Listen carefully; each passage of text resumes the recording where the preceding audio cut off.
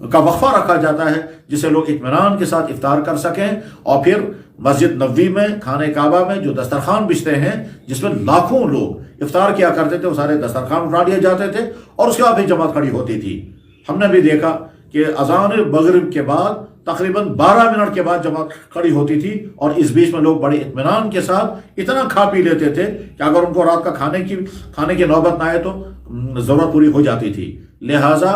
مغرب کی اذان کے بعد فوراً جماعت کھڑی نہ کی جائے، بلکہ کچھ وقفہ دیا جائے 5-7 منٹ کا، تاکہ لوگ گھروں میں جو افطار کرتے ہیں وہ مسجد میں آ سکیں اور جماعت میں شامل ہو سکیں۔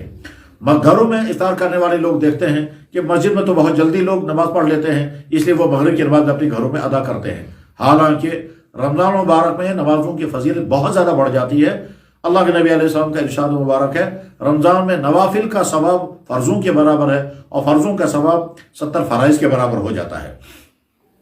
دیکھا یہ بھی گیا کہ مسجد میں جلدی جماعت کھڑی ہوتی ہے، بعض لوگوں کے منہ میں کھجوریں ہوتی ہیں اور ادھر سے جماعت کھڑی ہو جاتی ہے، وہ گٹھلیاں پھینکتے رہتے ہیں اور چباتے رہیں گے اور نماز میں کھڑے ہو جاتے ہیں۔ یہ کوتاہی نہیں ہونی چاہیے، وقفہ دیا جائے، کوئی حرج نہیں ہے وقفہ دینے میں، اور اتنے چند منٹ کا وقفہ دینے کی وجہ سے آپ کی نماز میں کوئی مذاکرہ، کوئی حرج نہیں ہوگا۔ پھر جب اطمینان کے ساتھ آدمی تھوڑا سا کچھ کھا پی لے، یعنی افطار کر لے، اس میں کھجوریں، کچھ پھل، پانی پی لیا، تو مغرب کی نماز اطمینان کے ساتھ پڑھی جا سکے گی۔ ورنہ ایک آدھ کھجور سے افطار کر لیا اور بھوک کا تقاضا برقرار ہے تو مغرب کی نماز میں بھی عجلت رہتی ہے، اور اگر امام نے ذرا سے لمبا کر لیا تو نمازوں کو بوجھ پڑ جاتا ہے۔ لہذا مغرب کی نماز کے وقت میں اہتمام کیا جائے کہ تھوڑا سا وقفہ دیں تاکہ لوگ افطار کر کے اپنے گھروں سے مسجد میں شامل ہو سکیں، اور جو حضرات مسجدوں میں افطار کرتے ہیں وہ بھی اطمینان کے ساتھ دسترخوان اٹھا کر کے اور اپنے منہ کو صاف کر کے بھی جماعت میں شامل ہو سکیں۔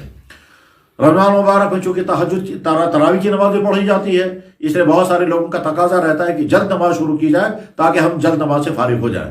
حضرات ایک نقطہ پہلے یہ سمجھ لیں کہ جن لوگوں کو جلدی رہتی ہے، جلد سے جلد نماز ادا ہو جانی چاہیے، وہ ذرا غور کر لیں، یہ جلدی نماز ادا کرنے کے بعد آپ اپنے گھروں میں کیا کرتے ہیں؟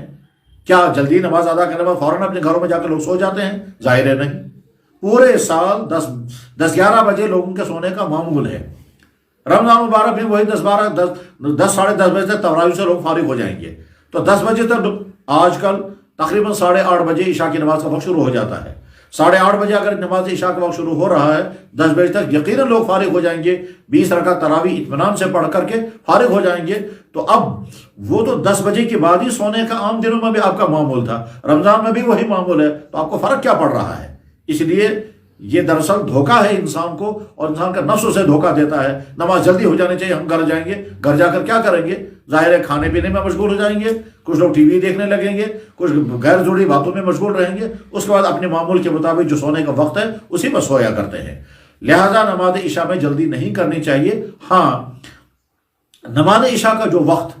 نمازوں کے اوقات اور ٹائم ٹیبل میں دکھایا گیا ہے، جیسے ہمارے یہاں کشمیر میں میقات الصلاۃ نمازوں کے اوقات دکھانے کا ایک مسترد ترین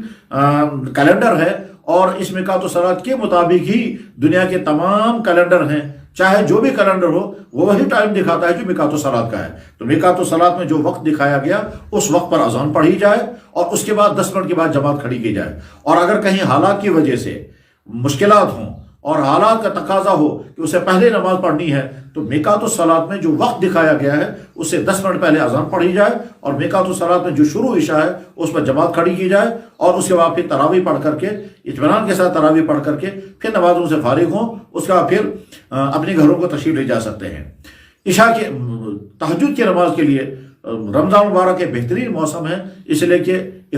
سحری کے لیے تو لوگوں کو جاگنا ہی ہے۔ جو آپ جاگیں گے اس میں 10 منٹ پہلے یا 15 منٹ پہلے اگر جاگیں گے اور چند رکعتیں تہجد کی نماز ادا کر کے پھر دعاؤں میں مشغول ہو جائیں، اس طرح سے انشاءاللہ رمضان مبارک کے نمازوں کی پابندی کے نتیجے میں آدمی اپنے آپ کو مکمل نمازی بنا سکے گا، اور اگر یہ عادت پختہ ہو گئی اس کے بعد پھر زندگی بھر یہ عادت برقرار رہتی ہے۔ بہرحال فجر کی نماز کے وقت کے سلسلے میں درخواست کی گئی، مسجدوں کے منتظمین اور مسجدوں کے ائمہ حضرات اس کو عملا سکتے ہیں اور اس کا فائدہ ہوگا۔ اسی طرح سے مغرب اور عشاء کی نماز کے سلسلے میں جو درخواست کی گئی اس پر عمل کیا جائے اور اس پر عمل آ جائے۔ اللہ تعالیٰ عمل کی توفیق نصیب